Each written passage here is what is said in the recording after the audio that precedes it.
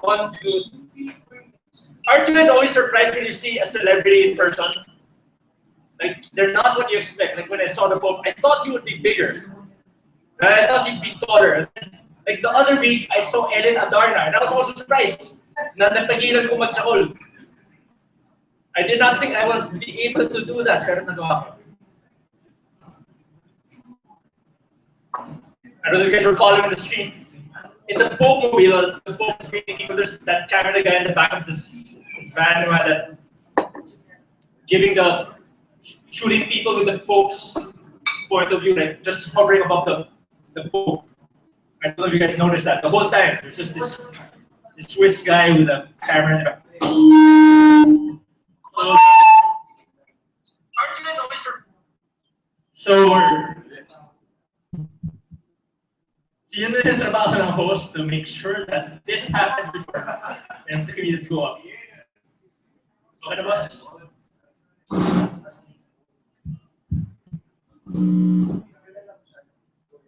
So if you watch the stream before, there's always this guy behind the camera. And I guess he's finally taking a tip from Arnold to the quarterly releasing the very small niche. One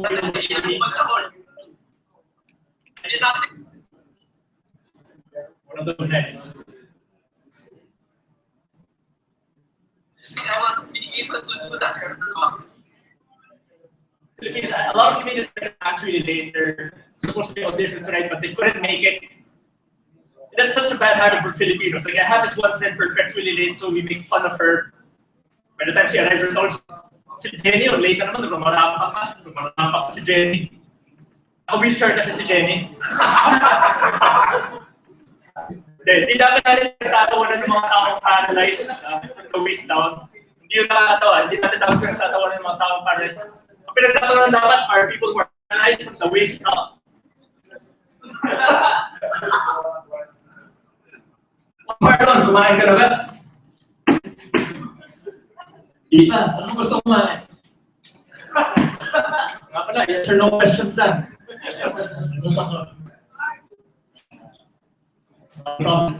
Chinese people are spoiled. They're into all these problems, and I'll tell you why they're spoiled. Ever since they had that one-child policy in China, all the only sons there, I don't know if you know this, they're called little emperors. That's how spoiled they are. And then all the only girls there, I don't know if you know this, they're called miscarriages.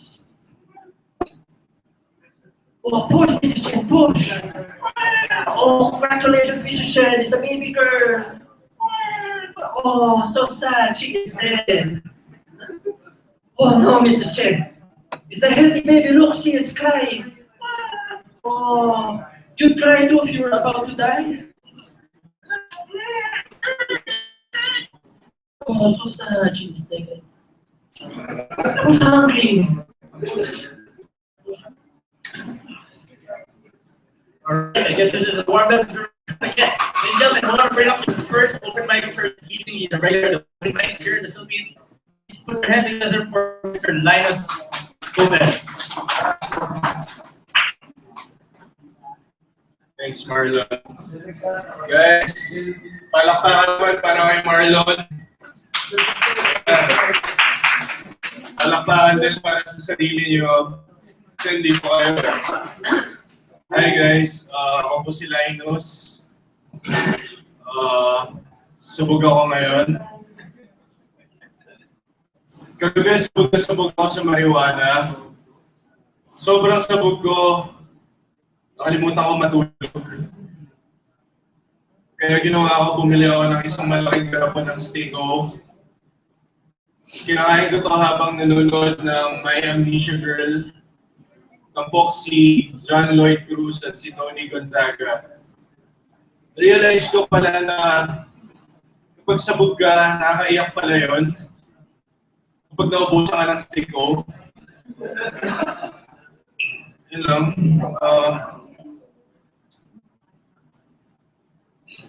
Meron akong kaibigan tipo. Kinausap niya ako, sabi niya sa akin, Linus, alam mo, sobrang pothead mo. Sobrang pothead mo na feeling ko pag makakita ka ng joint sa kalye habang naglalakad ka, compelled kang pulutin ito para at sindihan siya.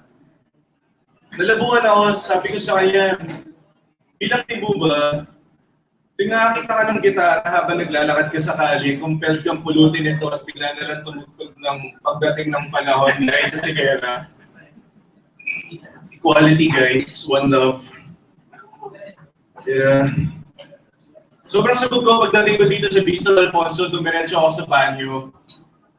Habang umiihi ako, gulat ako, sabi ko, dapat may titi sa kamay ko. Ay, ano ba yun? Safe tayo, hand. Safe tayo.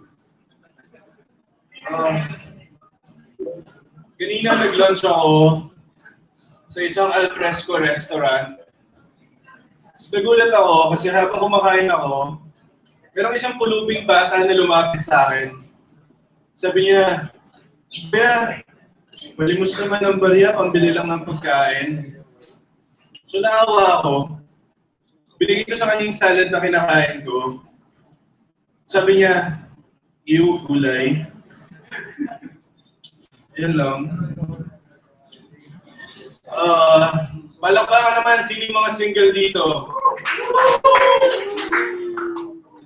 Ang seryo. Hindi mo sa'yo maging single, especially kung lalaki ka.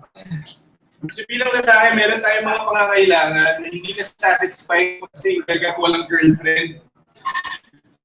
Buti na lang natalino ako. Kaya ginawa ko, kumuha ko ng pokpok at binayaran ko siya.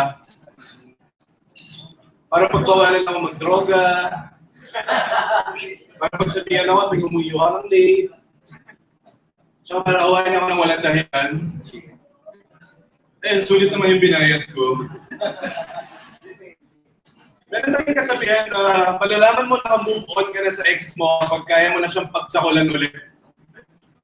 May sense naman, di ba? Kasi lupuhan ko, kasi luha yung lumabas.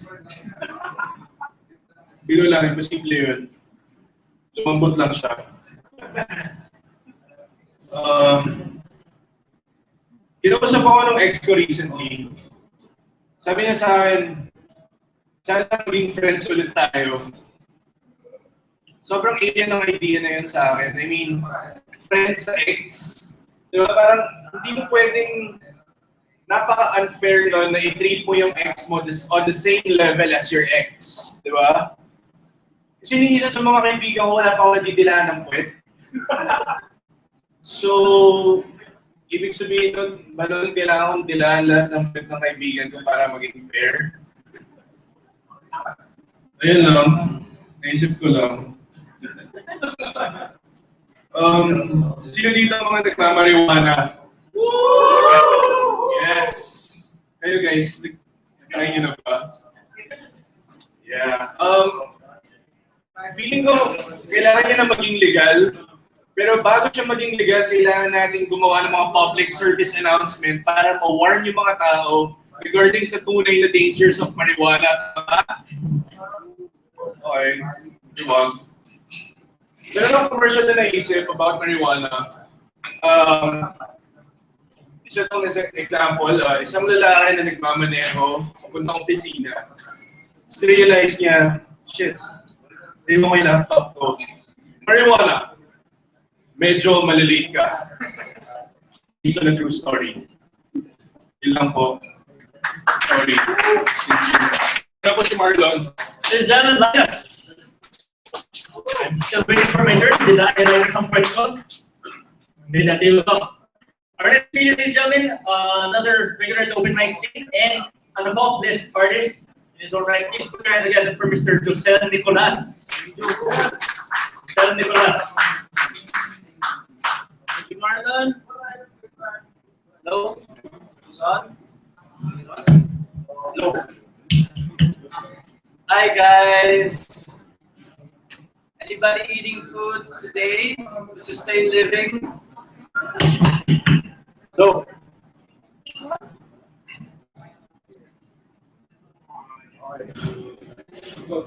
No.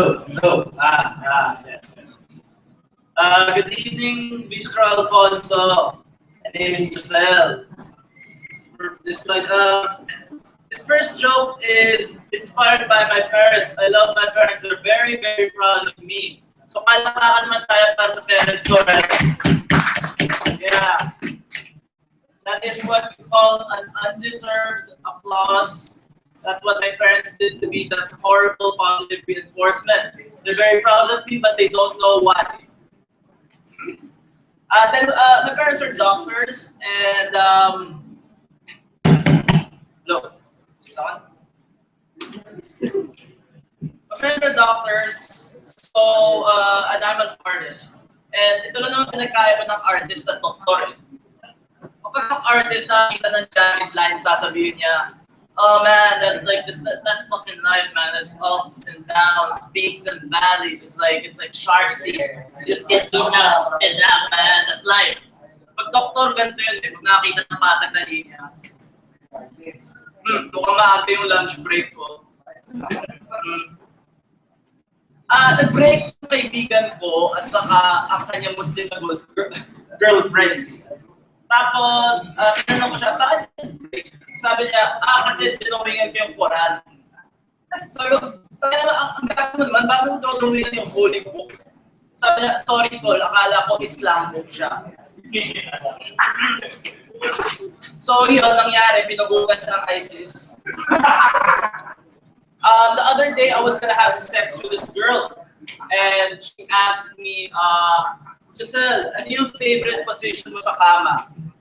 So, sinagot ko siya, sabi ko, the fetal position has never failed me before.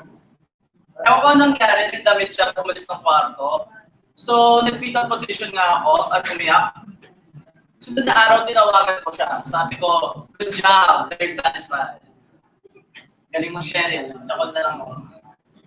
I lost my watch the other day. And I lost my watch the other day while I was visiting my friend. I guess we just really lost track of time because we had so much fun. I was visiting my friend. That's a joke.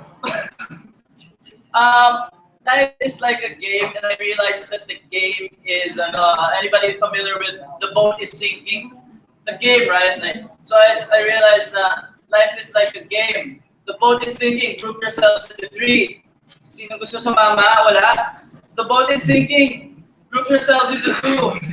Wala pa rin. Tangina, hindi naman the boat is sinking and the boat is lonely. I like being in the dark because I am a fan of Stevie Wonder and R. Kelly. Anybody familiar with the small guitar that hipsters play? It's called a ukulele. Anybody familiar what you call when one woman is come upon like by 5 Japanese men in pornography? Paki, right? So like, what if we put those 2 things together? What yung paking tawag doon, di ba? Like, tawag doon kanina. I fucked that joke up, but it's okay because no one should come on other people except for me. Last joke. The other day, I was in Batangas and I attended an art exhibit. Then I saw this artist and old lady talking to each other. Sabi ng old lady, ay kaganda naman ang iyong drinome, kaso kaguluga, hindi ko maintindihan yung mga guri-guri mo. And then sabi ng artist, ay di kasimple lang lola. O ay kita mo yung umiinom ng barakong kape. O kita mo yung lumiliban. O kita mo yung tubal doon sa gilid. O kita mo yung rambutan doon sa altar. Ang obvious ng meaning, God is dead. Thank you guys, that's my time. You know, to ease all this religious tension that's been going around, a group of Catholics and Muslims held an art auction to raise money for peace. And so the Catholics, saw the painting of the Last Supper and was able to raise 20 million pesos. And then the Muslims saw a painting of Sinulog niya! Kasi bawal yung paintings mo, ama. That's it. That idea. Ladies and gentlemen, our next meeting for this evening is an open mic. It is his 2nd time here at Bistro Alfonso. Please, big round of applause for Andre.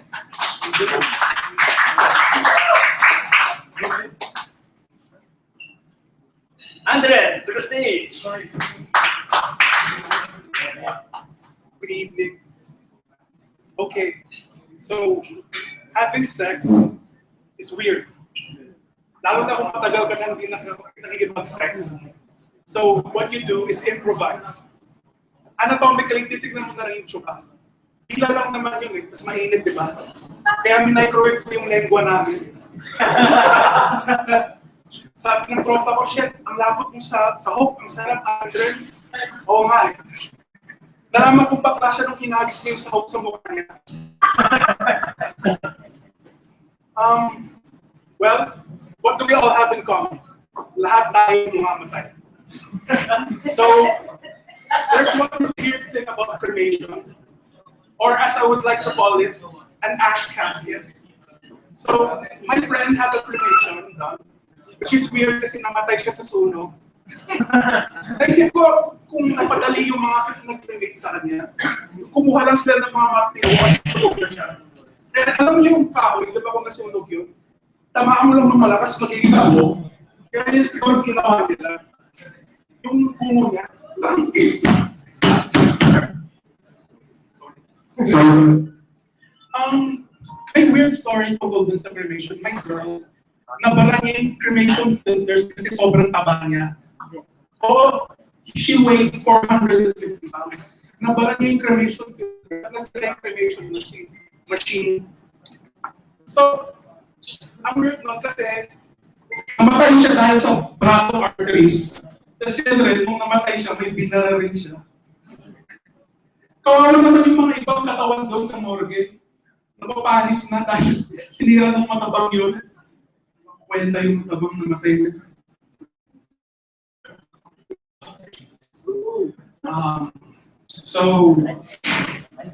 Supportive pala yung parents ko. Sinabi ko, I'm trying comedy. And my mom gave me a big hug. Oh, Andre, shit. Sabi ko, hindi ganun comedy yun. Okay. So, sabi ng friend ko, not to be nervous, dapat hawakan mo yung maraming hinahawakan in place of a mic. So, ang hinawakan ko, pencil, hindi yung titi ko. Pencil kasi pinifinger ko sarili ko sa puwet ko. So, hello? Hindi ko mag-aanang mic. Ayaw rin niya yung mga jokes ko.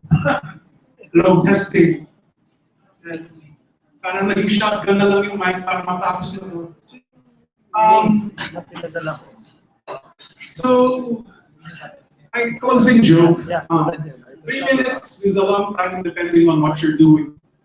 I'm going to equate my first time having sex with my 3 minutes. It lasted 3 minutes. Ako lang yung nag-enjoy. Ang difference lang, di ko kayo babayaran pagkatapos. Thank you. Congratulations for our open micer this evening. I'd like to remind everyone we are getting a live feed on the web. We are getting feedback from viewers that not to kill ourselves. It's okay. Okay, so you guys keep it up though. Keep your chin up. Keep your chin up. Our next comedian is a good friend of mine. He is a veteran of a comedy cartel.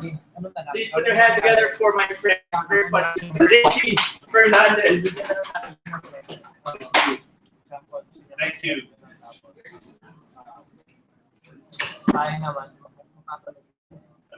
Hello. You. So, hi, I'm Richie. Hi.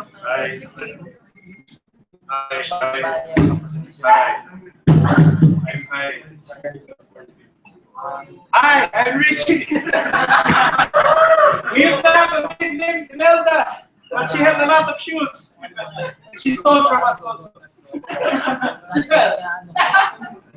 I don't like the baby's breath flower because it smells like panis na gatas. I've never smelled the baby's breath. Perverts. I think that all companies should have mascots.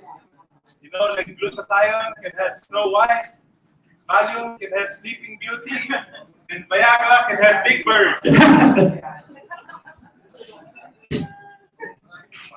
I think,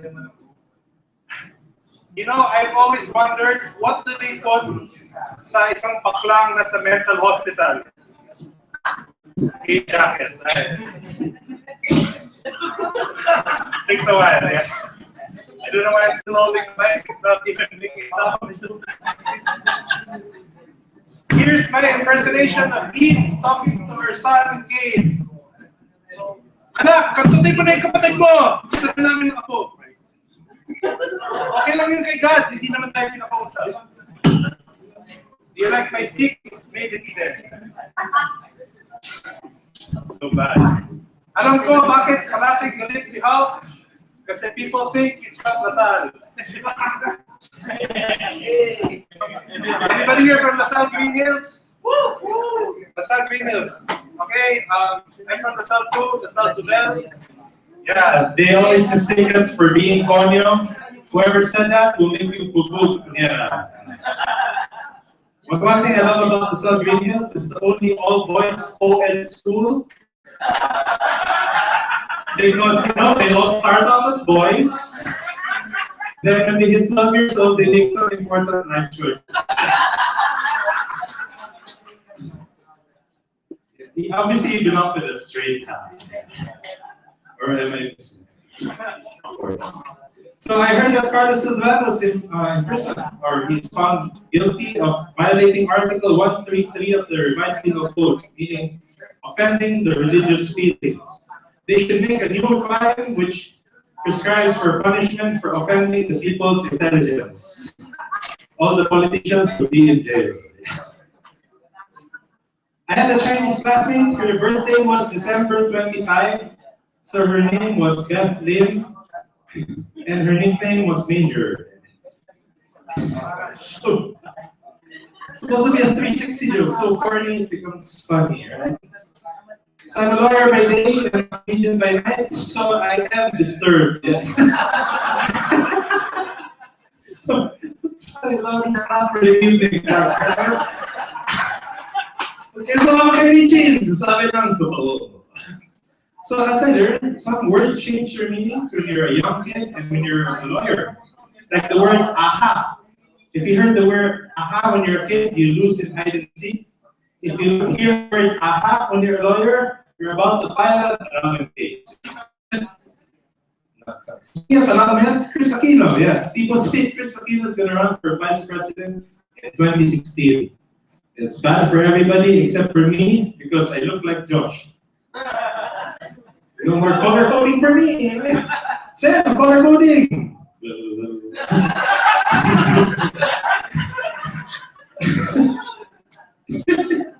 So wrong. Oh fuck, we're alive. Sorry. Scrap that go for it. Okay, one thing peculiar about the Tagalog language, if you change one pronounced syllable, it changes the meaning of the whole sentence. If you say, nakatira ako sa Taguig, it means I live in Taguig. If you say, nakatira ako sa Taguig, that means you're from Navarro. Yeah? Thank you very much. Just my separate night. You guys are wonderful. Mr. Fernandez, ladies and gentlemen, we're going for Mr. Richie Fernandez. Ladies and gentlemen, we'd like to present our middler for the evening. This comedian is preparing for his first professional set, first paid gig. Please put your hands together for Mr. Jet Trogo. Thank you. Test. Wala na naman. Hello. Test. Test.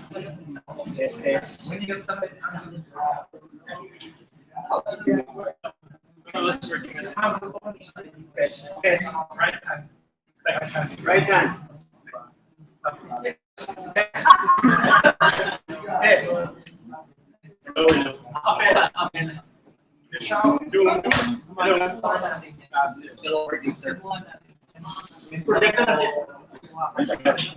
Alright, good evening, guys.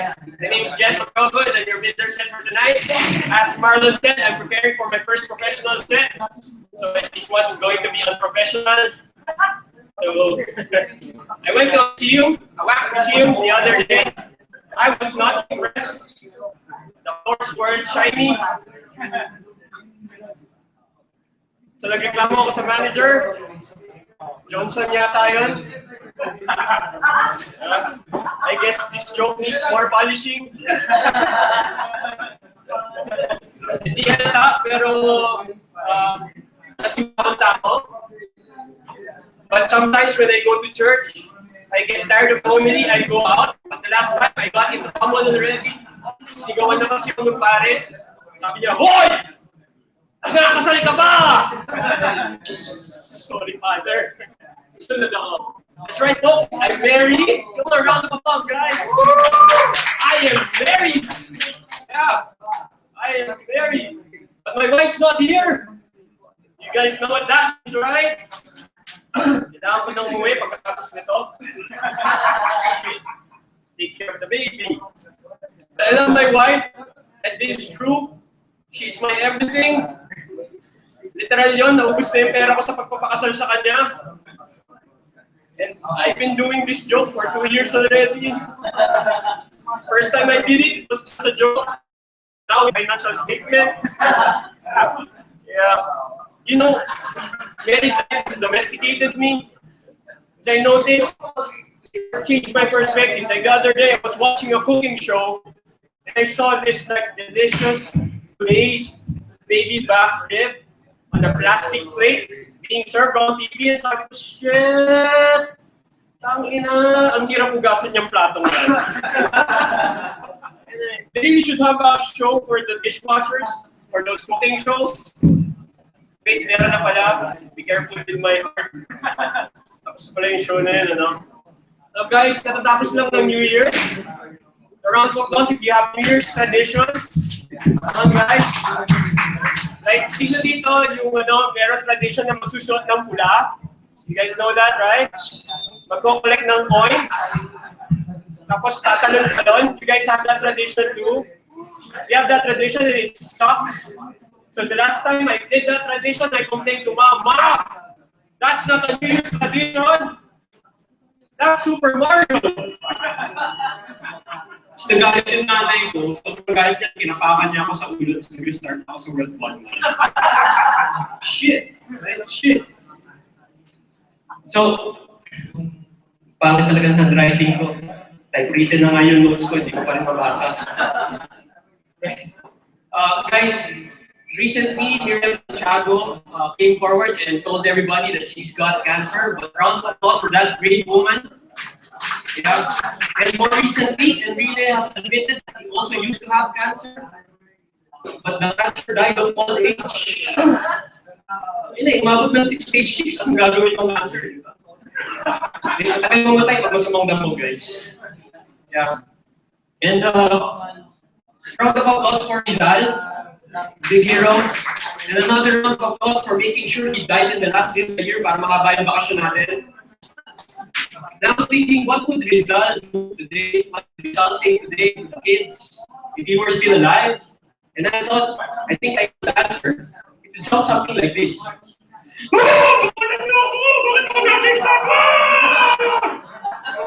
Ladies and gentlemen, Jose Rizal.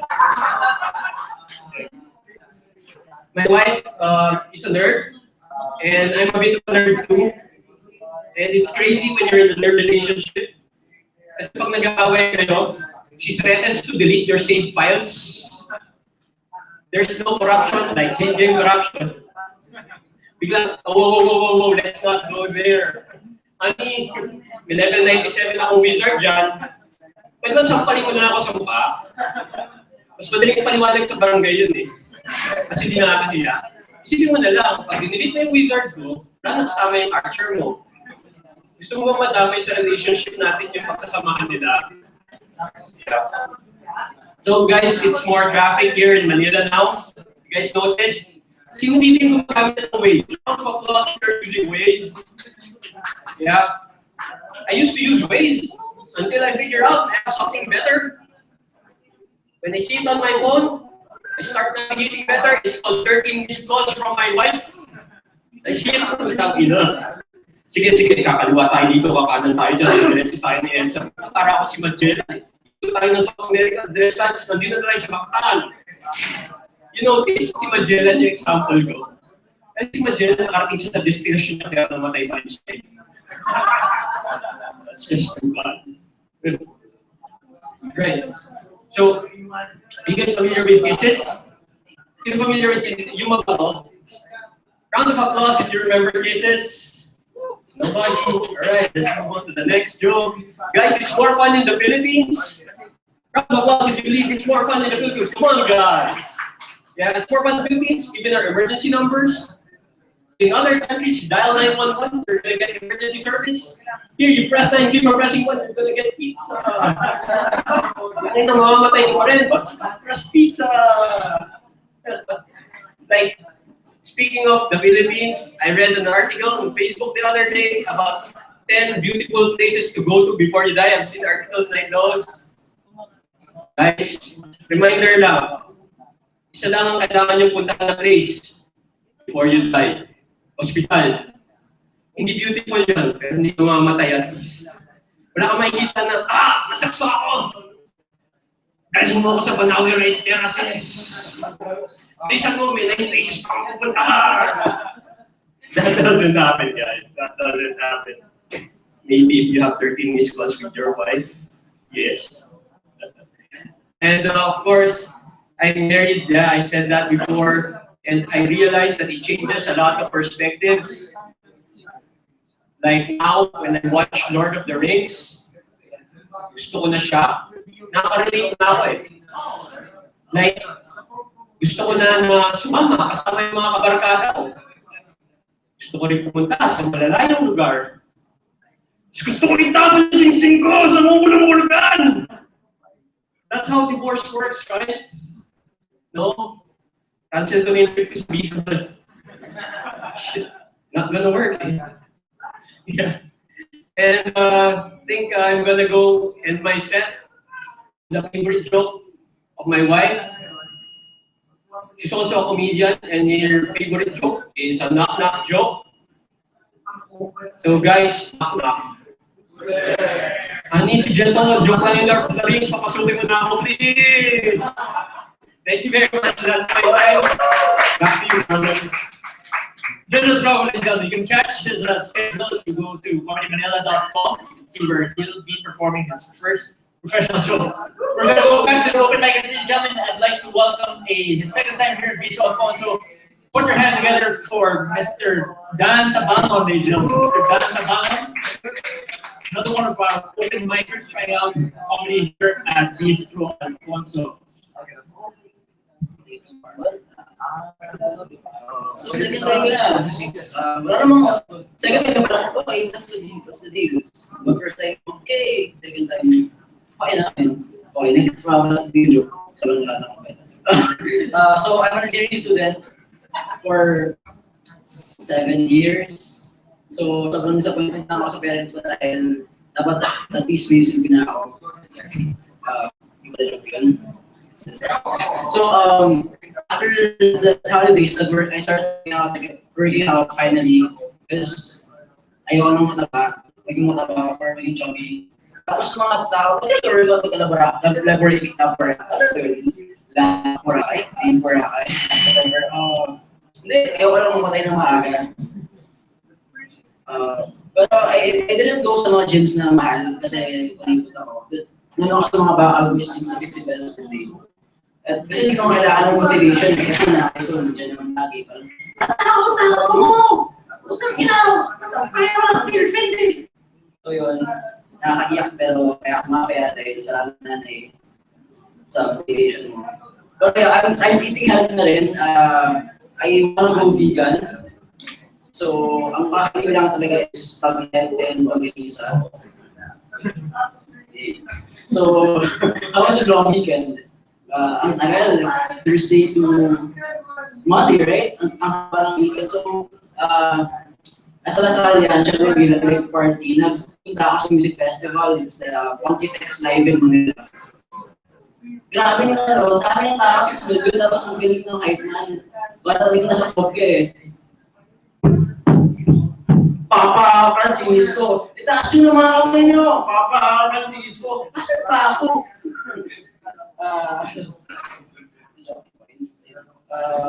So, single ako. obvious naman.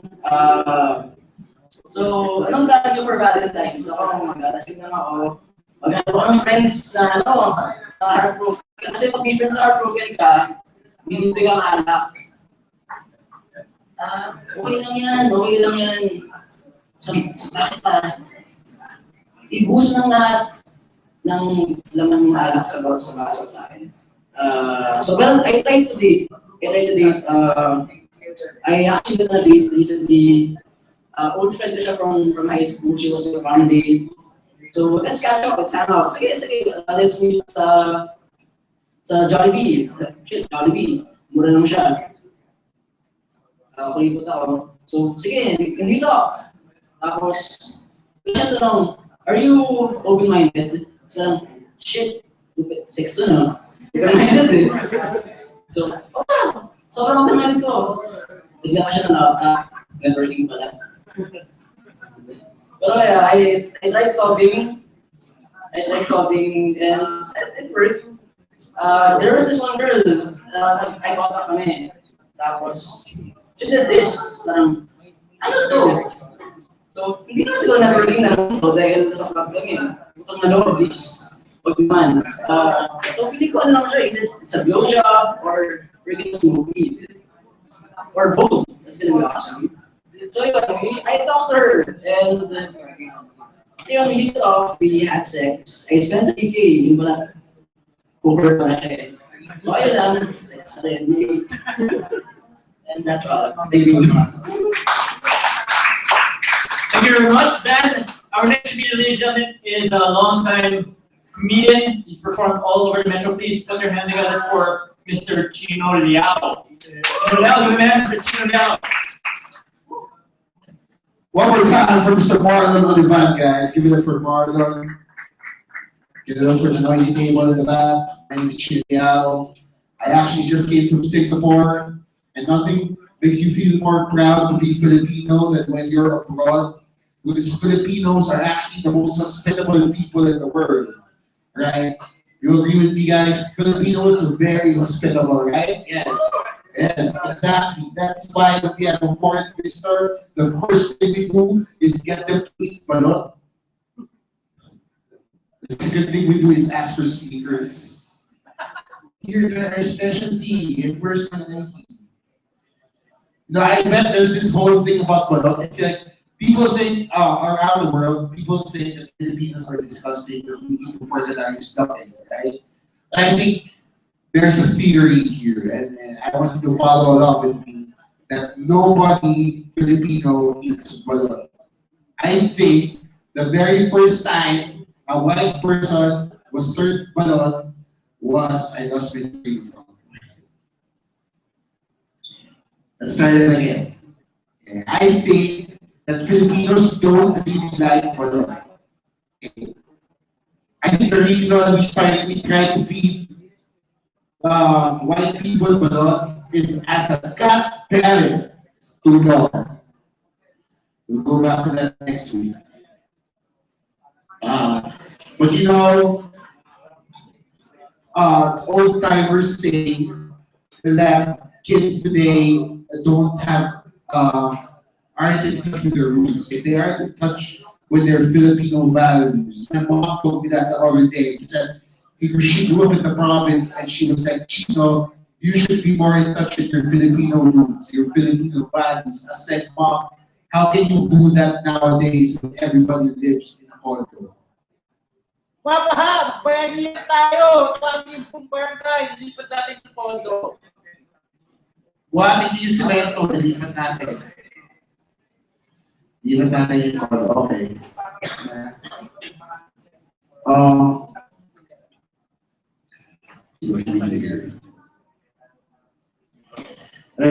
How unprepared it's awesome. You know, I love traveling. Like I said, I was just in Singapore. I love traveling, but it's hard to travel when you're fat. Because when you're fat, I think people. Fuck! Do this again. I love traveling. It's hard to travel when you're fat, though. Because I think fat people are other passengers' karma in the plane. Like having to sit beside the fan. Like if you're a back passenger in a previous flight, chances are your next flight you'll be seated with somebody like me, and where you will have to wrestle with the armrest. So you have to ask yourselves, if fat people are regular people's fat plane karma, then who are fat people's fat plane karma? Cebu Pacific, that's who. They have small ass planes. In Singapore, I saw a spa that said it had a unisex sauna. And so I got interested and I tried it out to say unisex, diba? And everything went fine up until the point they gave me a sea urchin. And so I had to fuck the sea urchin. Unisex. Fuck you guys, not my fault. You know what? I think I've had enough shade for tonight. That's my damn issue. Let's call it. Hard running airplane under fat? Seems like everything is hard under fat. Okay, Gino, see you next week. Ladies and gentlemen, our next meeting for this evening is a regular open mic scene. Please put your hands together for Aldo Cuervo. Espanol Aldo Cuervo. Woo. Good evening, guys. When I was a kid, I used to actually think that Latinos spoke Latin. Alright. So instead of imagining Latinos going like, hey yo, ese, don't you know I'm loco? Nah, I imagine more of a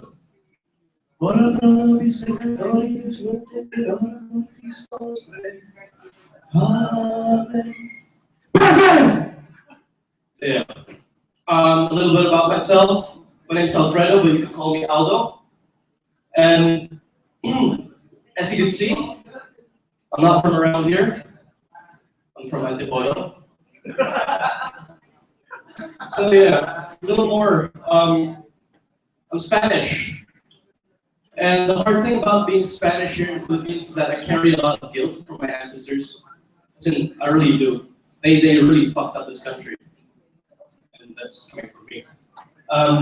So some people just don't let me forget it, especially my professors. So I came in late one time and she's like, late again? Damaso! Damaso! I just couldn't stand it. It really hurts my feeling, guys. So don't say that. I believe I'm Filipino at heart. I just might not look it.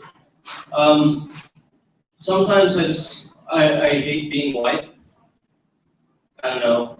Because I really love hip hop and rap music, but you can't do that. I can't sing along when I'm alone, or when I'm not alone. So if I'm just chilling around, like as I walk through the valley of the shadow of death, dancing queen, she will be the separation.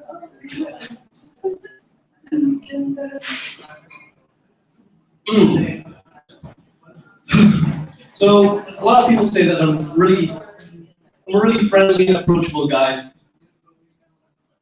And a lot of people go up to me and they're like, oh my god, you lost a lot of weight. What's your secret? I kill gay people at night. Oh shit! Losing weight? Oh no, it's torture control, man. It's torture. Yeah.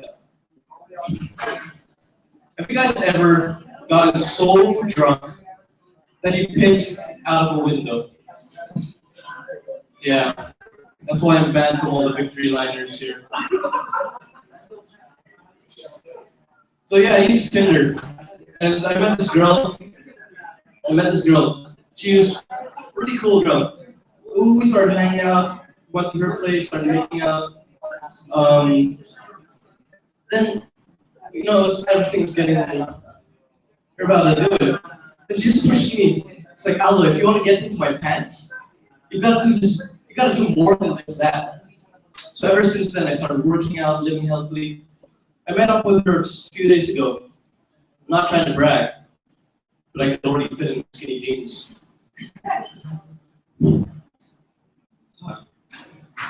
Sa totoo guys, ang hirap maging puting hulga. Eh pag nilalabas ko yung kutsilyo, tinatawanan ako.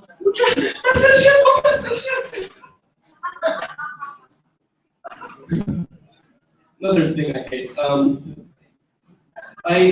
I can't stand it when when guys do invisible free throws. You know those out of nowhere. I don't know about you, but I cannot stand it. I can't stand it. So every time I see one coming, I draw close and I wait. So what about you? Nani mo tawos? And I just will dribble away. Anyway, guys, that's my set. Thank you. Hello, ladies and gentlemen, and we've come to that part of the night you've all been waiting for, ladies and gentlemen. Our next comedian is your headliner for this evening, and what that means is, out of all the comedians tonight, siya na po ang pinaka-huli. Ladies and gentlemen, please put your hands together for my friend, Mr. Micah Andres. Thank you. What's up, Bistro? A round of applause for everybody who came out. So, my name's Micah, and before you ask, Micah is a boy's name. Right? Dami kasi nagsasabi sa akin, parang, babae yung Micah, di ba? Hindi. Okay, lalaki yung Micah. I asked my brother about it. Sabi ko, Kuya Emily, ang lalaki ba yung Micah? Good joke. This is a free show, so don't complain. A little bit about me, I'm 26 years old, and I know that's not old. 26 is not old, but it is the start-ish. It's the start of getting old. I know I'm starting to get old kasi hindi na ako na-friend zone, nakukuya zone na ako. What's worse is sometimes I get tito zone, which is actually better because then I can be the creepy tito, diba? Kama na pati yan. And I'm starting to get old because in Christmas, I got boxer shorts for Christmas. And I got so excited. Kasi pagbukas ko, tayo na boxer shorts! And the thing is, because when you're a kid, boxer shorts are sort of pangtakot sa iyo, di ba? Parang, wait, pag ikaw hindi ka behave, bibigyan kita ng break. And you're like, no! Now it's like, yes, please give me boxer shorts. I don't know where they come from. Nobody taught me how to be an adult. So yeah, another thing you're starting to get old is when you're out with your friends. When you're a teenager, you're like, pag sinabi ng friend mo, parang inuman tayo, wasakan yan. Wasakan yan, nobody's going home before 6 in the morning. Nowadays at 26, when my friends are like, pare, inuman tayo, pucha, dinner. That was not fun. Anyway, I'm 26 and I'm still in college, and that's a joke in itself. Ooh, yeah. Failures. We have failed our parents. But yeah, no, my mom gives me grief about, being 26 and still in college. Lagi niya ako sinasabihan, alam mo, pag wala kang degree, walang respeto sa'yo. Which is bullshit, because I've never had that in my life, okay? I've never gone to like McDonald's and be like, hi sir, welcome to McDonald's, can I take your order? So I'm quarter pounder. Sige sir, may college degree ba? Wala eh. Akilin mo sir. You know what I'm gonna do when I get my college degree? I'm gonna bring that shit everywhere. Saka chicken joint, tsaka respeto mo. Fuck you, mom. She's not here, so I can say that. But if she was, I would not. Because my mom's big and she'd be. I was out the other night, I was watching a movie, and I like watching movies alone. Because I don't like, minsan kasi pag may kasama ka, alam niyo yung mga kasama niyo manood ng movie na kinukwento yung movie habang pinapanood niyo. Nakakainis yun, di ba? Pero minsan awkward rin eh, kasi bigla, what if there's a sex scene? Kukwento nila sa'yo. It's so awkward. Di ba? Nanonood kasi bigla na lang, tingnan mo yan, no? Tatanggalin na niya pati. Nagdila niya videos. You're just like, Lola, stop! I'm trying to watch the movie. I was out the other night, boys night out. Sino boys night out dito? It's Tuesday. Everybody's an adult. But I was out the other night, boys night out kami. Alam mo naman, pag boys night out, diba, magbuhang bastos. And yung sa namin friend, nagpapayat pa siya tungkol sa girlfriend niya. Sobrang hot daw ng girlfriend niya. Ganda daw ng abs, ganda daw ng pwede pag nag-bend over, laki daw ng boobs. I mean, totoo naman, malaki naman boobs ng pinsa. Damn. Walang titing pawisan. Never mind. Kasi walang pinsan-pinsan sa titing pawisan. Dapat nakakatitig siya. When I did that joke, the other comedians were like, ooh, katire. It's like, fuck you, okay? Bastos yung mga jokes. Actually, one comedian posted on my wall, on my Facebook wall, where my family can see it, but how to, and I have 9 things to do when you have a crush on your cousin. I actually have it. They posted it on my wall. Like, they like my pizza, which means that she wants to have sex. And number 1, what to do when you have a crush on your cousin? Don't freak out, it's normal. Okay?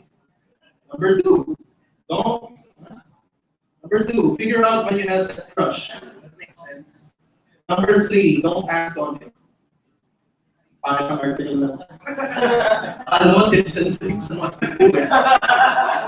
It would be kind of weird if my cousin and I had sex, diba? I mean, what if I got her pregnant? What would I do?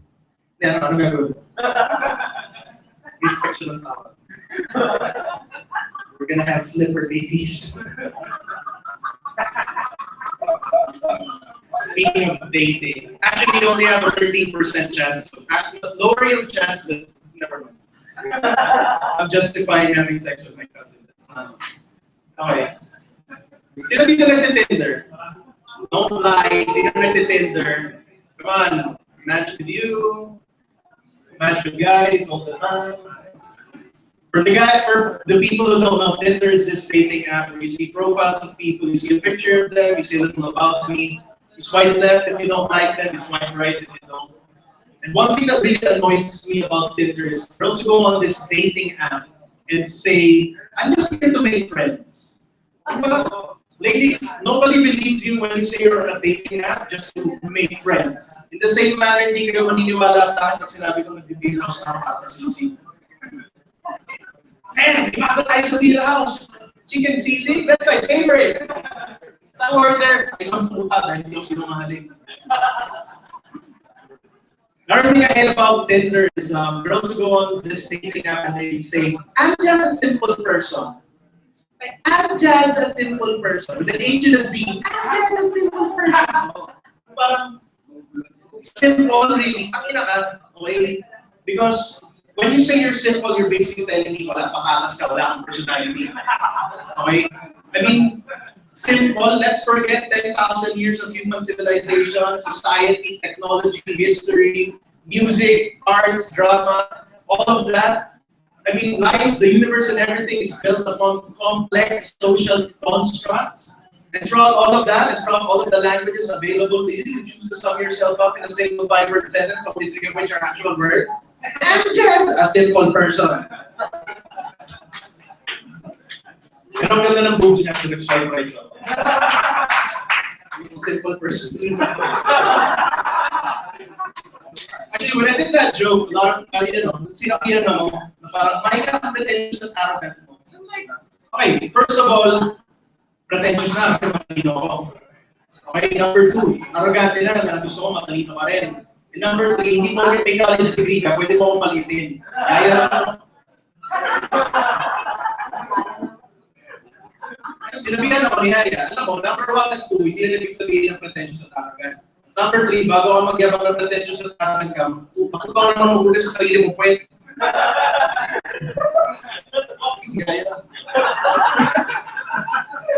Anyway, I am on Tinder because I am looking for dates. It's hard to go on dates when you're a student at 26 for a lot of reasons. One of them being, it's hard to go on dates when you're a student kasi allowance lang pera mo eh. But that's fine nowadays kasi nowadays di na uso yung guy pays for everything. Diba? Pero syempre gusto mo maging galante ka pa rin. So, you try to find ways, diba? Like, alam mo yun, sabihin ko sa girl, babe, how about this? Ako na lang sa dinner, ikaw na lang sa dessert. Tsaka sa coffee. Tsaka sa alak. Tsaka sa Yossi. Tsaka sa taxi power. Tsaka pumunta ko na sa dalawa sa hindi na ako pa. Eh, okay naman daw, sabi ng pinsan ko. Stop with the cousin jokes. It's hard to go on dates, especially I don't have my own place. I don't have my own place. It's hard to date when you don't have your own place. Kasi, what if you bring a girl home? Excited ka kasi, diba? Galing mo na. Tatanggalin mo yun. But, pasok na yung kamay sa panty. Titinggalin mo na. You're just like, oh, stop! Bakit kasi kayo nasa sala? Anong ginagawa mo sa pinsan mo? Anyway, that's my time. Very much. And gentlemen, another round of applause to Mr. Mike Andres and the rest of the media this evening. Thank you very much for coming out tonight. We'll be back next week for more open mics. And if you guys want to catch our fake shows, check out, or some of the comedians here, check out comedymanila.com. Thank you very much and enjoy the rest of the evening. Thank you. Fake shows are funny.